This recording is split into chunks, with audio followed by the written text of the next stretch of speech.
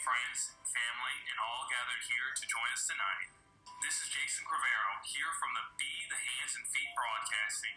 There are clearly a number of ways in which A Christmas Carol could be introduced. Myself, I am most struck by the happy fortune that enables us in this Christmas season to present the best-loved actors of our time, my dear friends, in the world's best-loved Christmas story, A Christmas Carol.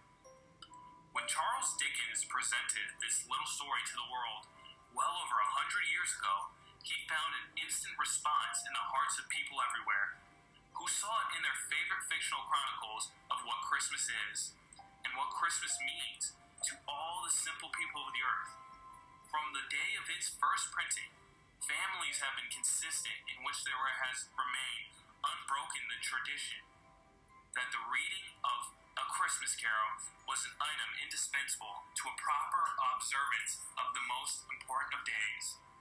It is the American way, as we know, to establish traditions quickly where popular instinct and sentiment pronounce them sound. So it is that today we proudly follow through on this all-American tradition. We are happy to carry out this treat for you, for there is nothing more eagerly awaited, more firmly rooted in the hearts of the radio family than this yearly performance of A Christmas Carol. A Christmas Carol, as Charles Dickens wrote it, has by common consent long been a classic for families to enjoy around the fire, in hopes of getting into the holiday spirit. As the old year, this strange year of years, draws towards its close, we feel a bond of warmth and gratitude towards each of you, our friends and our families, for making this year one of joy despite hardship. And so, looking for a way to bring us together after a long season of isolation, and with Christmas coming just around the corner, we wanted to find some way to show our appreciation. Some Christmas present by which to say thank you for being in our lives. The gift we chose stems from a part of Christmas that has become a tradition to many, and many a family. It has become a Christmas custom to gather around the radio to hear and to enjoy A Christmas Carol. And since Christmas Eve is fast approaching, we hope, too, that the younger members of the family are permitted to stay up and listen. We got a great deal of pleasure planning and preparing this Christmas gift, and now it's ready. Off come the wrappings, off come the tags that advise, please do not open no Christmas. Out comes the card. To you from us at Be the Hands and Feet Broadcasting, here's the gift itself. Tonight, we proudly present to each and every one of you Charles Dickens' A Christmas Carol.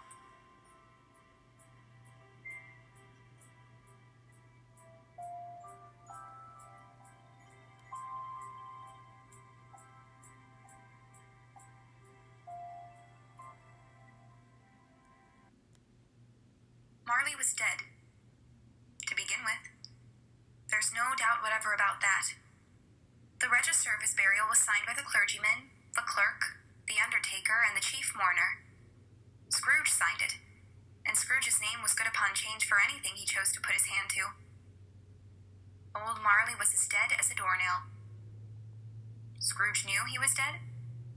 Of course he did. Scrooge and Marley were partners for I don't know how many years. But he was a tight fist hand at the grindstone, was Scrooge. A squeezing, retching, grasping, scraping, clutching, covetous old sinner. Once upon a time, of all the good days in the year, on Christmas Eve, old Scrooge sat busy in his counting house. A grim, cheerless place, if ever there was one. The door of Scrooge's counting house was open that he might keep an eye upon his clerk, Bob Cratchit, who in a cold and dismal little cell beyond worked at his ledgers. 19, 20, 21, 22. Very gentle and let nothing you dismay. 23, 26, 29, 9 carry 2. Christmas Day, 17, 13, 17, 7. Bob Cratchit?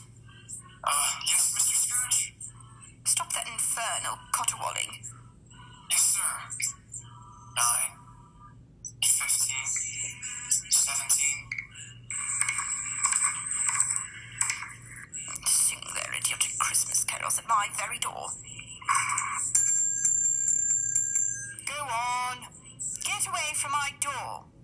Go somewhere else and bellow your blasted carols, or I'll give ya. Why, Governor? It's an old custom at Christmas time, you know. Yes. I don't want any of your old customs. Take your fellow fools and go away. Christmas. Blech. Right, sir. Merry Christmas anyway, sir. Ah.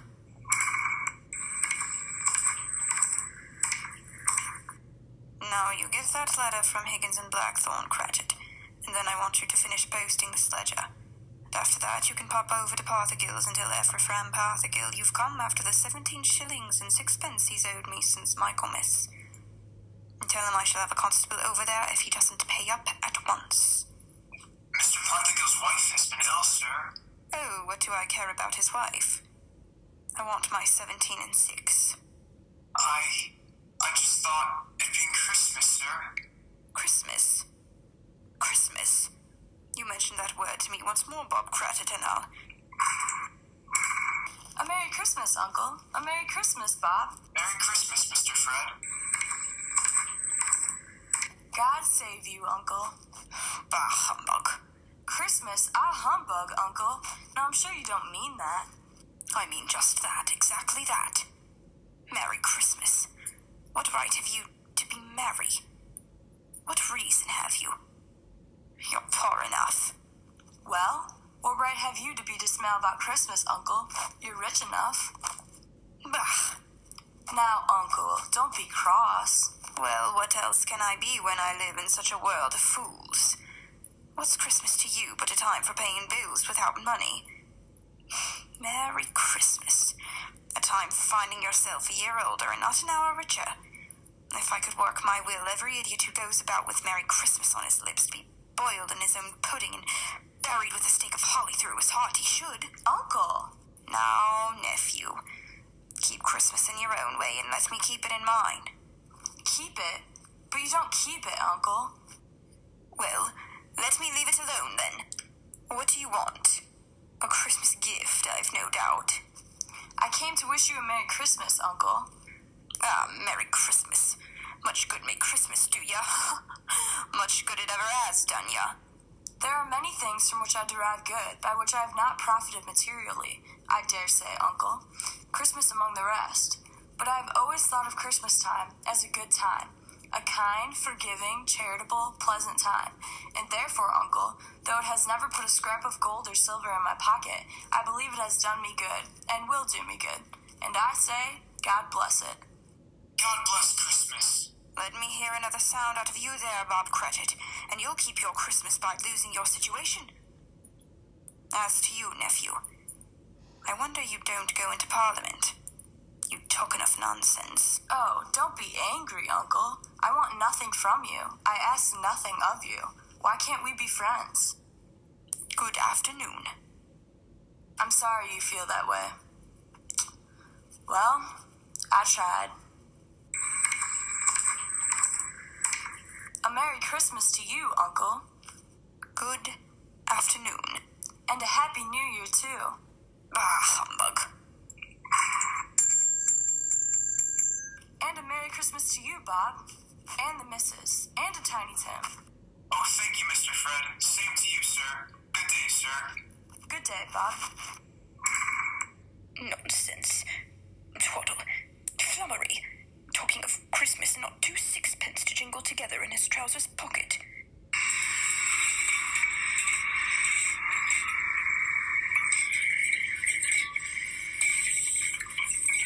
Hey, you there. Bob Cratchit, come here. What are you doing there? I'm only putting a bit more coal in the fire, Mr. Scrooge. Seeing it's so cold in there, sir. You put that coal back into the scuttle. A fire. A fire indeed. I can tell you if you use coal at that rate, you and I will soon be parting company, Bob Cratchit. You understand that? There's many a young fellow like your situation, you know. I'm sorry, sir. My fingers were getting a little stiff with the cold. Then put on your mittens. There's someone at the door. Go on, see who it is. Yes, sir.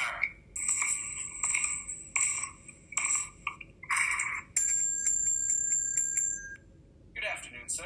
Good afternoon. This is the firm of Scrooge and Marley. Yes, sir. I should like to see the head of the firm, if I may. Oh, very good, sir. What is it? A gentleman to see you, Mr. Scrooge. Have I the pleasure of addressing Mr. Scrooge or Mr. Marley? Marley's been dead these 7 years tonight. I'm Scrooge. Well, now, Mr. Scrooge, at this season of the year, it's only fitting that we who are more fortunate should raise a fund to buy the poor some meat and drink and means of warmth. You may not believe it, sir, but many thousands are now in want of common necessity. Oh. And hundreds of thousands are in want of the simplest comfort. Are there no prisons? Well, there are prisons, sir, And the workhouses. They're still in operation, I trust. I wish I could say they're not. But they are, sir. The treadmill and the poor law are in full vigor, then? Both are very busy, sir. Ah, I'm glad to hear that. I was afraid from what you said at first that something had occurred to stop them in their useful course. No, sir. All these institutions that you mentioned are flourishing, but it's nevertheless true that some additional provisions for the poor and destitute must be made. Ugh. A few of us upon the change of endeavoring to raise such a fund to see, and, what should I put you down for? Nothing. Oh, I see. You wish to be anonymous, sir. I wish to be left alone. I don't make merry myself at Christmas time, and I can't afford to help make a lot of idle people merry. I help to support the establishments that take care of the poor. They cost enough. Let those who are badly off go there. Many can't go there, sir, and many would rather die. Then, my advice to them is to do so, and decrease the surplus population. Besides, I've only your word for it that all this is so. It is the truth. Well, so be it then. It's not my business. It's enough for a man to understand his own business and not to interfere with other people's. Mine occupies me constantly. Good afternoon, sir. I quite understand, Mr. Scrooge. Good afternoon. Cratchit, show this gentleman out. Yes, sir. This way, sir, please. Sir, I couldn't help overhearing. I should like to contribute tuppence. Cratchit. Yes, sir. It isn't much, but it's all I can afford. But there are others in a worse situation than I. You're a generous fellow. I wish I might say so for your employer. Cratchit. Yes, sir. Good afternoon, sir. Good afternoon. Cratchit. Merry Christmas. Merry Christmas. Cratchit. Yes, sir. Close the door. Yes, sir.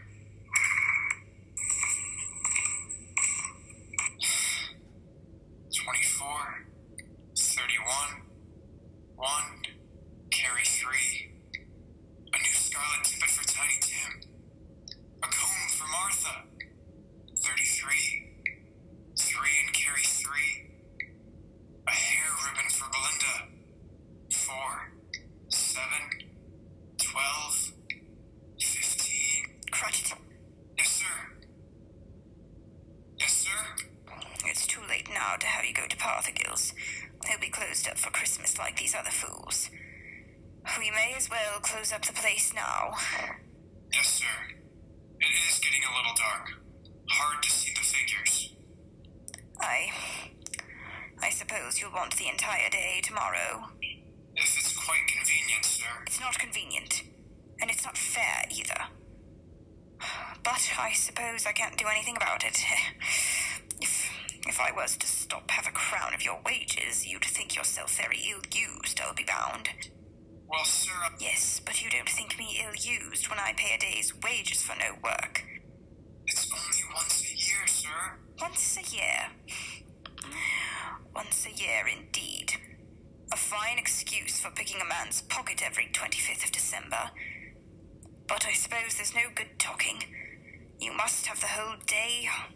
Well, see that you're here all the earlier the next morning, you understand? Oh, I will, sir. I will indeed. Good night, sir. And Merry Christmas. Bah. Merry Christmas. Bah. The office was closed in a twinkling, and Bob Cratchit, with the long ends of his white comforter dangling below his waist, for he boasted no great coat, went down a slide on Cornhill 20 times in honor of it being Christmas Eve, and then ran home to Camden Town as hard as he could pelt to play with his family at Blindman's Buff. Scrooge, on the other hand, took his melancholy dinner in his usual melancholy tavern. Having read all the newspapers and spent the rest of the evening with his banker's book, went to his dismal house. Darkness is cheap, and Scrooge liked it. The yard was so dark that even Scrooge, who knew its every stone, had to grope with his hands through the fog and frost to find the front door. Scrooge walked through the rooms to see that all was right. Sitting room, bedroom, lumber room, all as they should be. Nobody under the table, nobody under the sofa, nobody under the bed, nobody in the closet. Closed the door. He locked himself in. He double-locked himself in, and took off his cravat and put on his dressing gown and slippers, and in his nightcap, sat down before the fire to take his rule.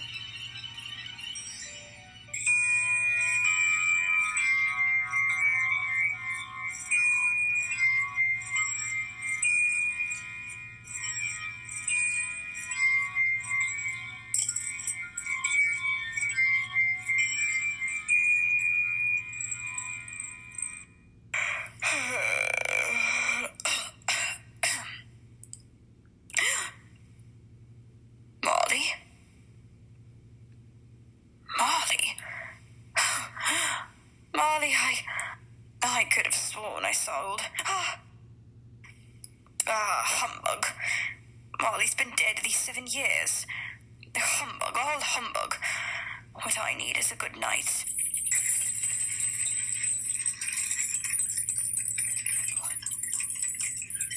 What's that? Someone's in the wine cellar. The door's locked and double-locked. Something's coming. Something is coming closer. Outside my door. Bah! I won't believe it. It's humbug still. Ebenezer Scrooge! Ebenezer Scrooge! Marley. Oh no. What do you want with me? I want much of you, Ebenezer. Who are you? Ask me who I was. Oh, you're very particular for a ghost. All right, then. Who were you? In life, I was your partner, Jacob Marley. Jacob Marley? But you're dead. You died 7 years ago. 7 years ago this very night. What's wrong, Ebenezer? Don't you believe in me? I do not. You doubt your senses, Ebenezer? Yes, because a little thing affects them. A slight disorder of the stomach makes them cheats. You can't be a ghost. You may be a undigested bit of beef, or a blot of mustard, or a crumb of cheese, a fragment of an underdone potato. There may be more gravy than grave about you, whatever you are. Humbug, I tell you, humbug.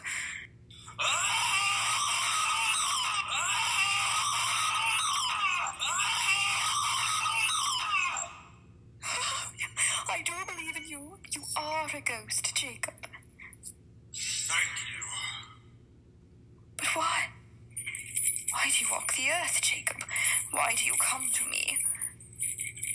It is is required of every man that the spirit within him should walk abroad among his fellow men and travel far and wide to witness what it cannot share, but might have shared on earth, and turn to happiness. But tell me, Jacob, what is that chain you wear around you? I wear the chain I forged in place. I made it link by link and yard by yard by my own free will. Is its pattern strange to you, Ebenezer? Cash boxes, keys and padlocks, ledgers and purses. Yours was as heavy and as long as this 7 years ago. You have labored on it since, Ebenezer. Oh, Jacob, speak comfort to me, Jacob. Comfort I have none to give. I cannot rest. I cannot stay. I cannot linger. Weary journeys lie before me. You travel fast? Yes, Ebenezer, on the wings of the wind. 7 years dead and traveling all the time. 7 years, Ebenezer. 7 years of remorse. Ebenezer, do you know that no space of regret can make amends for one's life's opportunities misused? But you were always a good man of business, Jacob. Business? Mankind was my business. Charity, mercy, benevolence. They were all my business. The dealings of my trade were but a drop of water in the comprehensive ocean of my business. Oh, Jacob, don't take on no so. Jacob. Listen to me, Ebenezer. I'll listen to you, Jacob. Go on, Jacob. Now, speak to me, but don't be so flowery. Ebenezer, I'm here to warn you that you have yet a chance of hope of escaping my fate. Do you hear that, Ebenezer? Yes, Jacob. Yes, you were always a good friend to me, Jacob. Thanks, Jacob. But you go on. Go on. How shall I escape? Oh, I'm afraid, Jacob. You will be haunted by 3 spirits. Is that the only chance and hope, Jacob? It is your only chance and hope. Well, then, I think I'd rather not. Without their visits, you cannot hope to shun the path I tread. Expect the first tomorrow, when the bell tolls 1. Couldn't I take 'em all at once and have it over, Jacob? Ebenezer, look that, for your own sake, you remember what has passed between us. Remember, when the bell tolls 1, look for the first spirit.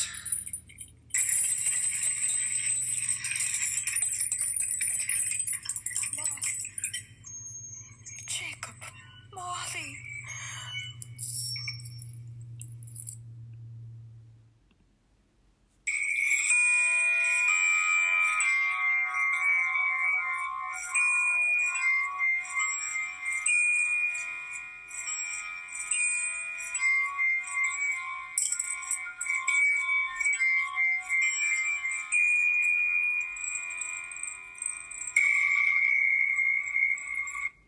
Scrooge awoke. He was lying on his bed, fully dressed. Suddenly, the curtains of his bed were drawn aside, and Scrooge found himself face to face with the unearthly visitor who drew them. As close to it as I am now to you. And I am standing in the spirit at your elbow. It was a strange figure. Like a child, yet not so like a child as like an old man. Its hair, which hung about its neck and down its back, was white, as if with age. And yet the face had not a wrinkle in it, and the tenderest bloom was on the skin.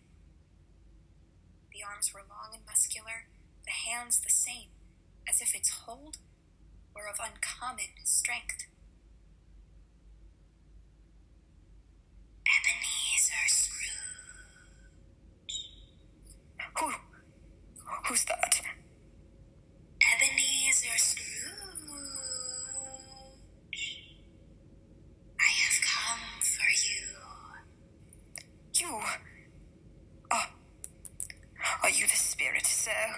has foretold me. I am that spirit. What are you? I am the ghost of Christmas past. Long past? No. Your past. But what do you want of me? What brings you here to haunt me? Your welfare, Ebenezer Scrooge. Rise and walk with me. Oh, no. Not out the window, why? I can't do that, I'll fall down. I'm not a spirit, I'm mortal, and I'll fall. Bear but a touch of my hand upon your heart, and you shall be upheld in more than this. Come. Follow me. Where are we? What's become of the city? And there's snow upon the ground. Where are we? These are the shadows of the things that have been. You recognize this countryside? Oh, I know every inch of it. Every rock. Every tree. And that bleak building over there. Ah, that building. I was a boy there, yes. I went to school in that horrible place. Do you recollect that path? Strange, you should have forgotten it so many years. I could walk it blindfold. Come, let us go closer. Look through the window into that cold, barren room. What do you see, Ebenezer Scrooge? I see a boy. A solitary child, neglected by his family, alone. Yes, I see. I know that boy. Oh, I was so lonely. Poor boy. Your lip is trembling, Scrooge. And what is that on your cheek? It's nothing. Nothing at all. I wish I... Oh, it's too late now. What's the matter? Nothing. The waifs came to my door singing Christmas carols last night, and there was a boy like that among them. A poor, pale, thin little boy in a ragged coat. I should like to have given him something. That's all. Is that all? Come, Ebenezer Scrooge. Let us see another Christmas. Do you know this place, Ebenezer Scrooge?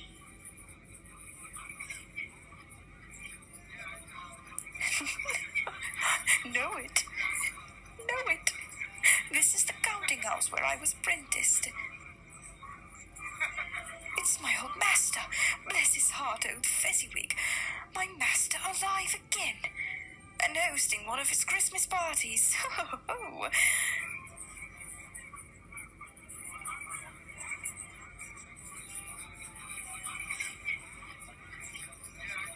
Pick your partners! Listen to him. Corkscrew, thread the needle, and back to your places! And there's Dick Wilkins. Poor Dick. Dear. Yes, and look. There's Mrs. Fezziwig herself, looking younger than any of them. And the table's all loaded with roasts and cider, mince pie and beer. Oh, what a jolly time we used to have. That carefree young man with the light heart and gay smile. Do you recognize him? Yes. Merciful heavens, how happy I was then. A small matter for old Fezziwig to make those silly folks so full of joy. Small matter. Small indeed. Isn't it? He has spent only a few pounds of your mortal money. Is that so much that he deserves praise? Oh, it's not that. It's not that, Spirit.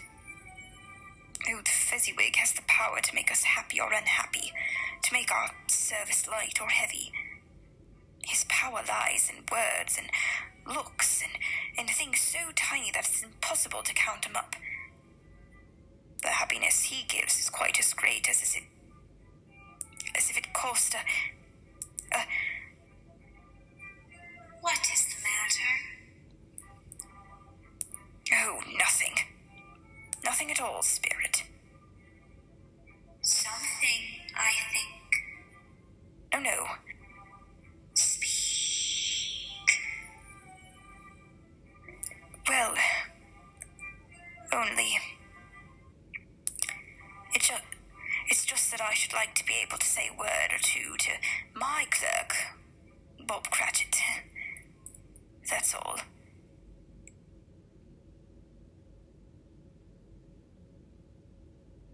My time grows short, and we have yet another journey to make. Where now?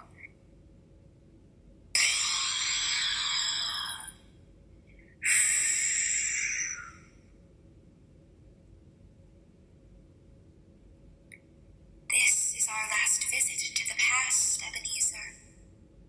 Here, in this little room, with a fair young girl by your side. Do you recognize yourself, Ebenezer? Oh, no, spare me this. You're older now, a man in the prime of life. Your face has begun to wear the signs of care and avarice. Your eyes are greedy, the eager, restless eyes of a miser. No, please. She knows it too.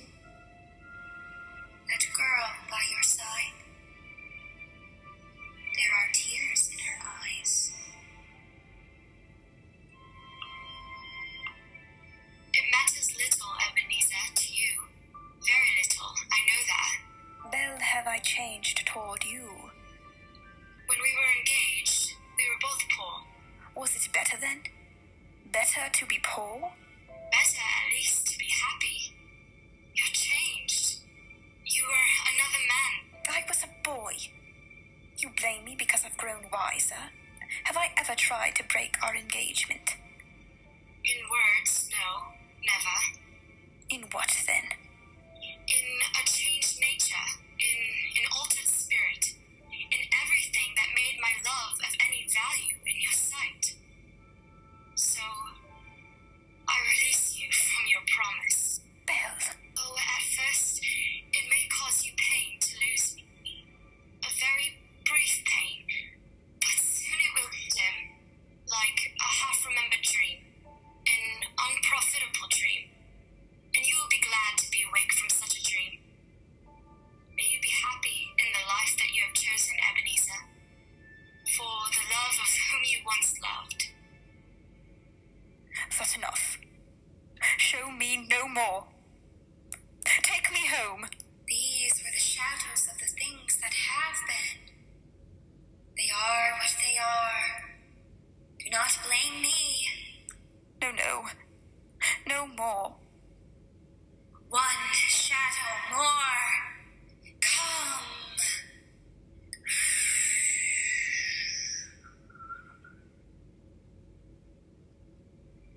Do you see this man, Ebenezer Scrooge?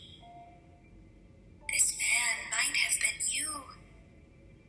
And the woman beside him, your wife. And that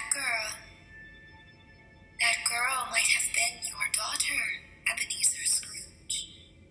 She might have called you Father. She might have been a springtime in the haggard winter of your life. Spirit, let me go. Show me no more. Listen now, while they speak, Ebenezer. Belle, I saw an old friend of yours today. Who was it? Yes. How can I? Oh, I know. Mr. Scrooge. Mr. Scrooge it was.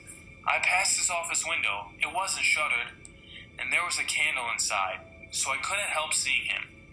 His partner Marley lies at the point of death, I hear.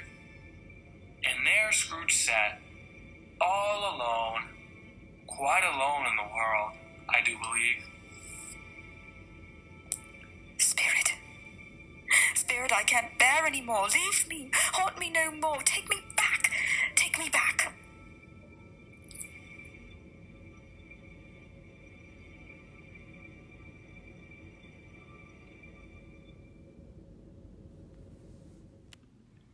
You are here with Jason Craveiro, listening to Be the Hands and Feet Broadcasting, bringing you tonight the wonderful presentation of Charles Dickens, A Christmas Carol. Featuring your favorite friends from Be the Hands and Feet Broadcasting, this is Jason Craveiro, pausing your radio entertainment to play you a warm-hearted message from our incredible sponsors. Make sure to turn the radio up. These words could be just the thing that could lighten the chains you carry and keep you from turning into an old Scrooge. It was a bright Christmas Eve night in a small, quiet town. Snow fell like soft glitter, covering the ground. The town was aglow, lights on gutters, some in trees. Inside a little brick house, a humble family of 3. A mother and father and a young little boy. No presents under their tree, not one single toy. The home was old, needed tending, falling apart. In their driveway, a few cars that were lucky to start. The sink had a drip that echoed the room. They were poor and in need, one might assume. Yet together they knelt round their living room table. In front of them a scene with animals, people, a stable. Their voices hummed low, soft, rhythmic, and in sync. Eyes closed, hands folded, gently moving some beads. They prayed to a woman named Mary, full of grace was she, petitioning their Lord, her Son, blessed fruit of her tree. With joy on their face and love in their hearts, they knew nothing could possibly tear them apart. Arguments, sickness, stress, and worry could try, but they had something not even money could buy. They were united as one, secure, safe family, one thought and one heart, thanks to the rosary. Brothers and sisters, my name is Connor. My name is Ayla. And we are coming to you from the St. John Paul II Catholic Newman Center at Illinois State University.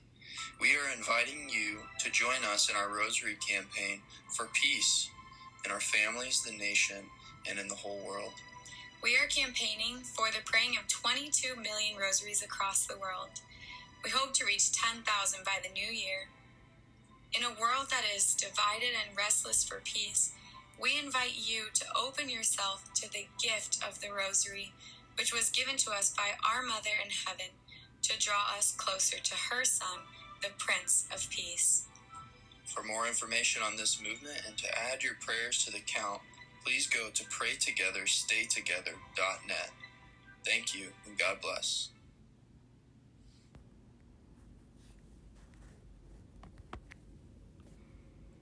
Thank you, Ayla and Connor, and to all of you at the Pray Together, Stay Together Rosary campaign. I know I've been inspired, and I'll be praying my rosary tonight after this Christmas special. Remember, you're listening to Be the Hands and Feet Broadcasting. This is Jason Craveiro, hosting tonight, hoping you and your family are enjoying this radio special. And now, without further ado, we are back to our presentation of A Christmas Carol.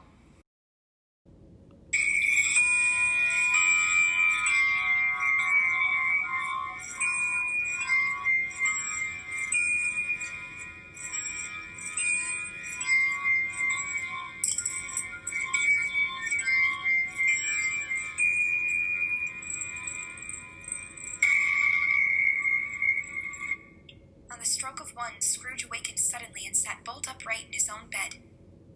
He remembered the words of Marley's ghost, and wondered from which direction the second spectre would appear. At that moment, nothing between a baby and a rhinoceros would have astonished him very much. Now, being prepared for almost anything, he was not by any means prepared for nothing, and consequently, when no shape appeared, he was taken with a violent fit of trembling. 5 minutes, 10 minutes, a quarter of an hour went by, yet nothing came. Then, as he sat in his bed, he became aware gradually of a great blaze of ruddy which seemed to shine upon him from the adjoining room. He got up softly and shuffled in his slippers to the door. It was his own sitting room, no doubt about that, but it had undergone a surprising transformation. The walls and ceiling were so hung with living green that it looked like a perfect grove, from every part of which bright gleaming berries glistened, and such a mighty blaze went roaring up the chimney as had never been known in Scrooge's time, or for many and many a winter season gone. Heaped up on the floor to form a kind of throne were turkeys, geese, game, poultry, great joints of meat, sucking pigs, long wreaths of sausages, mince pies, plum puddings, barrels of oysters, red-hot chestnuts, and seething bowls of punch that made the chamber dim with their delicious steam. In easy state upon this couch, there sat a jolly giant, glorious to see, who bore a glowing torch, in shape not unlike Plenty's horn, and held it up, high up, to shed its light on Scrooge, as he came peeping round the door. Come in, Ebenezer Scrooge, and know me better, man. Who? I am the ghost of Christmas present. Look upon me. You've never seen the like of me before. You're different from the other spirit. You're tall, almost a giant. And that great torch you carry, its light pours into the homes of rich and poor alike. Spirit, take me where you will. Last time I went against my will and learnt a lesson which is working now. If you have anything to teach me, let me profit by it. Touch my robe, Ebenezer Scrooge. Touch my robe. Where have you brought me, spirit? An humble dwelling in a humble street. It's humble enough. Yet there is happiness there. Who are these people? Who's that woman? And the children? These are the family of your clerk, Bob Cratchit. His wife, dressed in a twice-turned gown, but brave in ribbons, laying the table for their Christmas dinner. And there, assisting her, is her daughter, Belinda, and the young man with the fork in the stuffing. That's Master Peter Cratchit, and the two little Cratchits. Listen, Scrooge.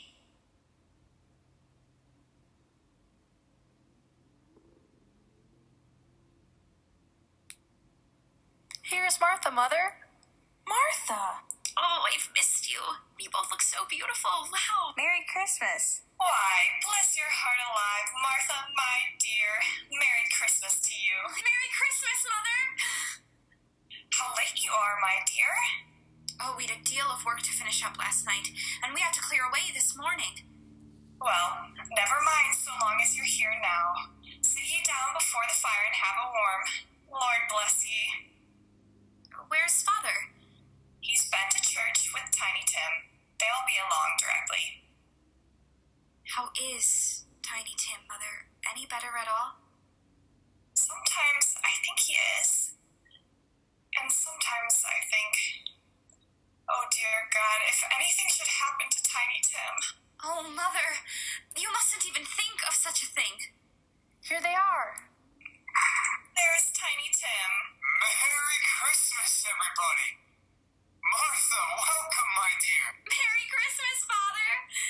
And Tim! Merry Christmas, Martha! Oh, Tim, you darling! Oh, Father, I'm so glad to be home. And we're so glad to have you, Martha. And how did little Tim behave in church, Bob? Oh, as good as gold, and better. I like church, Mother. Oh, they sang the nicest songs. I hope people saw me there. Saw you there? And why, Tim? Well, don't you see? Because I'm lame. And if they saw my crutch, it might be pleasant for them to remember on Christmas who it was made lame beggars walk and blind men see. Oh, bless you, my son. Are we ready to eat, Mother? Yes, Mother. Can we eat now? Yes, children, we're all ready. Come, take your places now. And Bob, wait your turn. There's plenty. Stuffing and dressing and plum pudding for all of you. Martha, you take care of Tiny Tim. Yes, Mother. You see that he eats plenty. He must get tall and well. Now, sit down, everyone. Now, my dears, shall we say grace? Spirit, tell me if Tiny Tim will live. I see a vacant seat in the poor chimney corner, and a crutch without an owner, carefully preserved. Oh, no. No, kind spirit, say he'll be spared. Say he'll live. If these shadows remain unaltered by the future Ebenezer, the child will die. Amen. And now, my dears, with such a dinner, a toast, a Merry Christmas to us all, and God bless us. Amen. God bless us, everyone. And now, to Mr. Scrooge, I give you a toast to Mr. Scrooge, the founder of the feast. The founder of the feast, indeed. Who pays you all of 15 shillings a week? I wish I had him here. I'd give him a piece of my mind to feast on, and I hope he'd have a good appetite for it. Oh, my dear, the children, Christmas Day. Well, it should be Christmas Day, I'm sure, on which one drinks the health of such an odious, stingy, unfeeling man as Mr. Scrooge. You know he is, Bob. Nobody knows it better than you, poor fellow. My dear, Christmas Day. I'll drink his health for your sake and for the day's, not for his. Long life to him, a Merry Christmas and a Happy New Year. He'll be very merry and very happy, I have no doubt. And I say, God bless him too, Mother. And everyone. There was nothing of high mark in all this. They were not a handsome family, these Cratchits. They were not well dressed. Their shoes were far from being waterproof. Their clothes were scanty and had known very likely the inside of pawnbrokers. But they were happy, grateful, pleased with one another, and contented with the time. When at last they faded, Scrooge had his eyes upon them, and especially on Tiny Tim, until the last. Many calls Scrooge made that night with the ghost of Christmas present. Down among the miners they went, who labor in the bowels of the earth, and out to the sea among the sailors at their watch. Dark, ghostly figures in their several stations.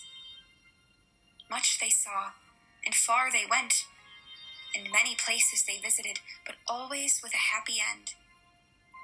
The spirits stood beside sick beds, and they were cheerful. On foreign lands, and they were close at home. By poverty, and it was rich. In almshouse, hospital, and jail, where vain man in his little brief authority had not made fast the door and barred the spirit out, the spirit left his blessing.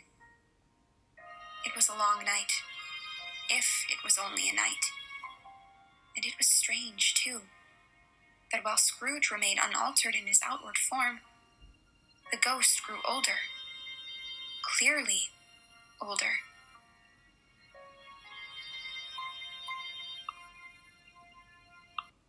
My life upon this globe is very brief, Ebenezer. It ends tonight. Tonight? Tonight at midnight. Hark! The hour has come. Oh, no, not yet. There are still more things I wish to learn. These you will learn from still another spirit. Still another spirit, Ebenezer.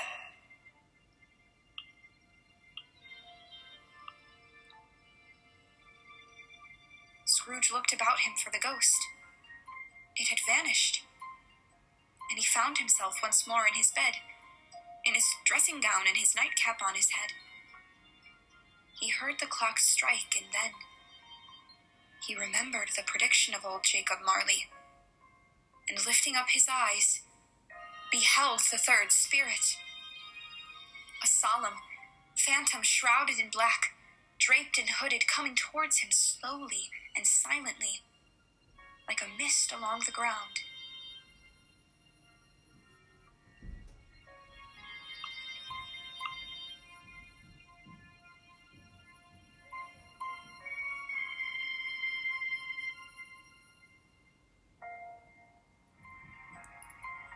I know you.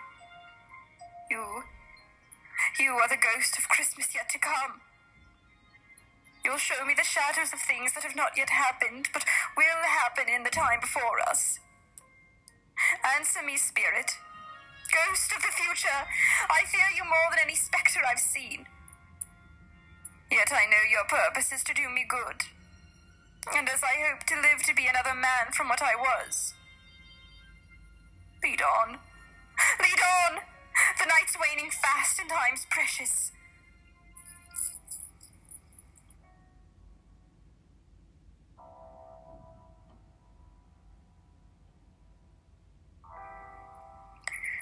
Spirit, why have you brought me here again? Here to Bob Cratchit's home? But it's not the same. What? Why is it so quiet? So very quiet here.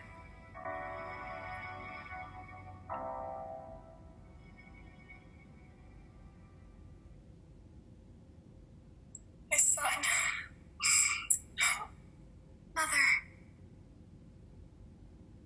Mother, please. Oh, my son. My little son, Tiny Tim. I loved him so. Oh, Mother, dear, you mustn't. It's almost time for Father to be home. Don't let him see you crying. Yes. Yes, Martha. He's late tonight. He walks slower than he used to. And yet, I've known him to walk very fast indeed with Tiny Tim on his shoulder. So have I, Mother.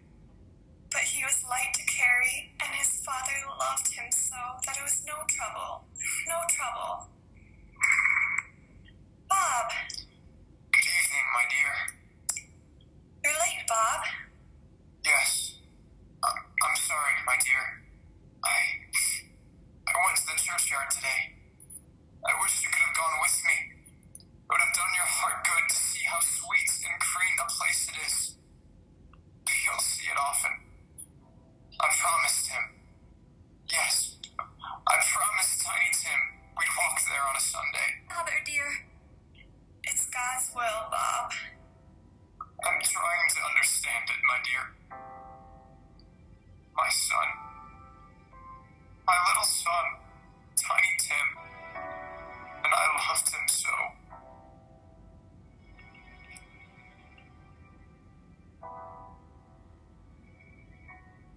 Oh, that's cruel.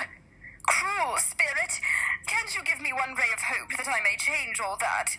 That Tiny Tim may live? Where are you taking me now? Here?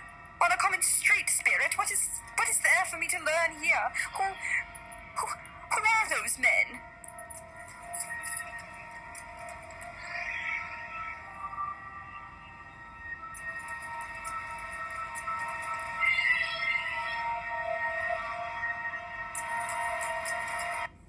I don't know much about it either way. I only know he's dead. When did he die?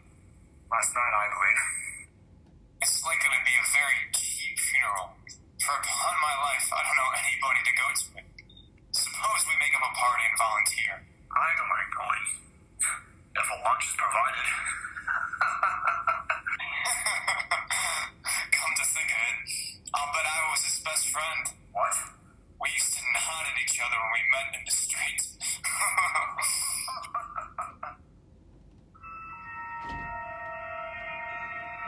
Spirit, where are we now? Merciful heaven, a churchyard, overrun by grass and weeds, choked with too much burying. Desolate, lonely, crumbling gravestone. Spirit, before I draw near to that gravestone, answer me one question. Are these the shadows of things that will be, or are they shadows of things that may be only? Will you not speak to me, Spirit? What is that grave to which you point? Now I see it. There's writing on that stone. The name on the gravestone is Ebenezer Scrooge. Ebenezer Scrooge! Oh, no, Spirit. No, hear me. I am not the man I was. Why show me this, if I am past all hope? Why show me this, if I am past all hope? Tell me that I can change these dreadful shadows. You've shown me. Tell me that I can change these dreadful shadows you've shown me by an altered life. I'll honor Christmas in my heart. I'll try to keep it all year. I'll live in the past, the present, and the future, and I'll not shut out the lessons that they teach. Tell me, Spirit. Oh, go on, tell me. Tell me that I can sponge away the writing on that stone, Spirit. I beg you, Spirit. I beg you.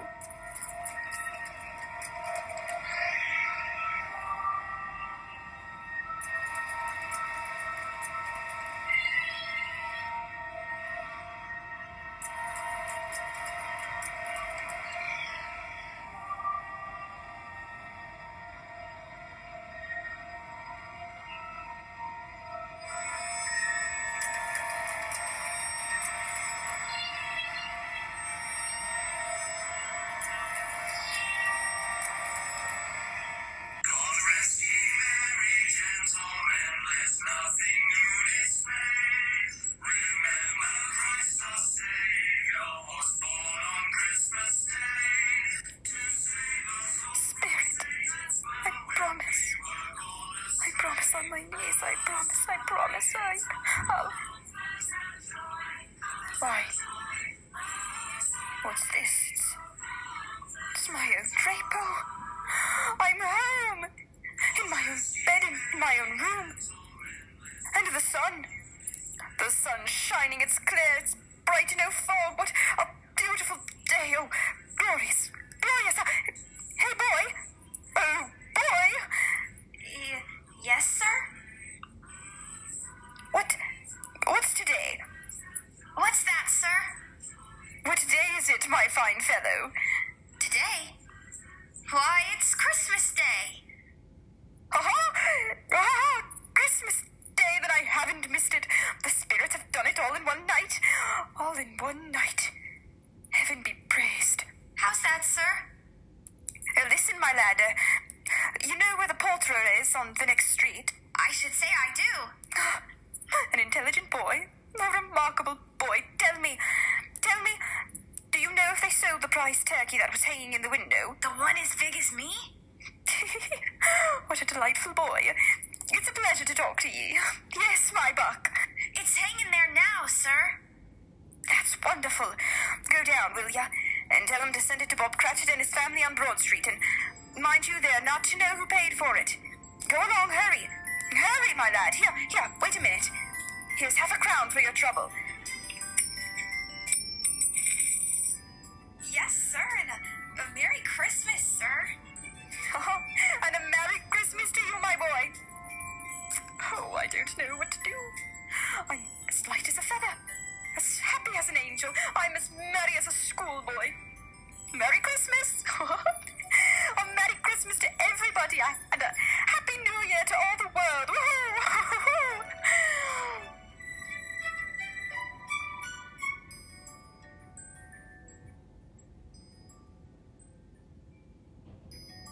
my dear sir. How do you do? I beg your pardon? Well, you... Sir, aren't you the gentleman who came to my office in regard to that charity? Why, yes, sir. A Merry Christmas to you. Yes, sir.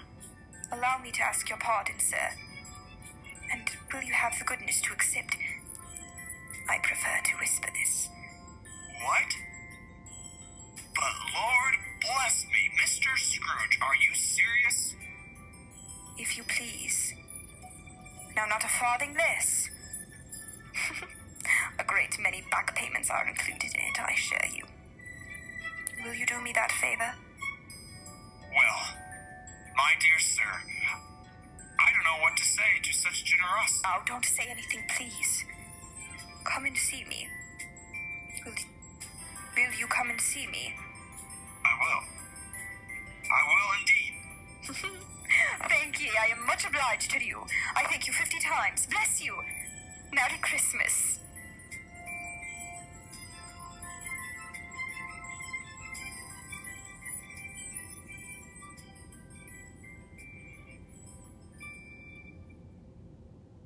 Next morning, Scrooge was early at his office. He went early for a reason. If he could only be there first and catch Bob Cratchit coming late. That was the thing he'd set his heart upon. And he did it. Yes, he did. The clock struck 9. No Bob. 1:15. No Bob. Scrooge sat with his door wide open that he might see him come in. At last he came. His hat was off before he opened the door, his comforter too. He was on his stool in a jiffy, driving away with his pen, as if he were trying to overtake 9 o'clock. 15 and 21, 6 and carry the 1, 24 and carry the 2, 31 and 8 and... Hello, you Cratchit. Yes, sir. Step this way, Cratchit, if you please. Cratchit? What do you mean by coming in at this time of day? Why, I'm very sorry, sir. I'm behind my time. You are? Yes. Yes, I think you are. Oh, it's only once a year, Mr. Scrooge. It shall not be repeated. I was making rather merry yesterday, sir. And I'll tell you what, my friend. I'll not stand for this sort of thing any longer. And therefore, Bob Cratchit, I'm about to raise your salary. Mr. Scrooge? Are you quite yourself, sir? No. No, thank heaven I'm not quite myself. Merry Christmas, Bob. Merry Christmas, my good fellow. A merrier Christmas than I've given you in many a year. I shall raise your salary, and we'll see what we can do for that tiny Tim and the rest of your family, huh? We'll discuss it this very afternoon over a Christmas bowl of smoking bishop. Bob, make up the fire. Make it up and buy another coal scuttle before you dot another I, Bob Cratchit. Merry Christmas.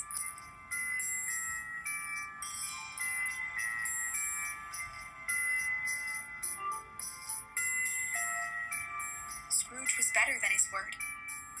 He did it all and infinitely more. To Tiny Tim, who did not die, he was a second father. He became as good a friend, as good a master, and as good a man as the good old city knew, or any other good old city, town, or borough in the good old world. Some people laughed to see the alteration in him, but he let them laugh, and little heeded them.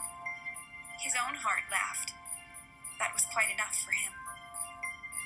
He had no further intercourse with spirits, and it was always said of him that he knew how to keep Christmas well, if any man alive possessed the knowledge. May that be truly said of us, all of us. And so, as Tiny Tim observed, God bless us, every one.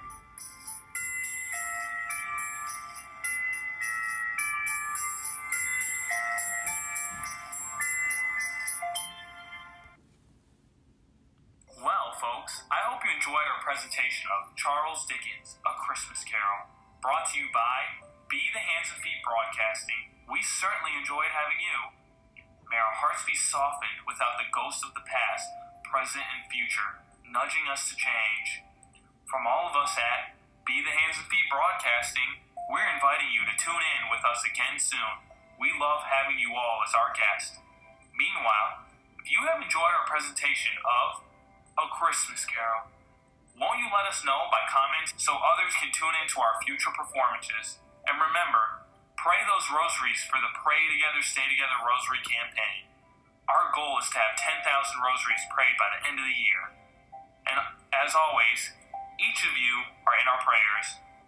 Our night together has come to a close. This is Jason Craveiro from the Be the Hands and Feet Broadcasting. Hoping this story left you with a self-giving spirit of humility and generosity. Before signing off, I want to personally say thank you, and I wish you all a very Merry Christmas. In the wise words of Tiny Tim, God bless us, everyone.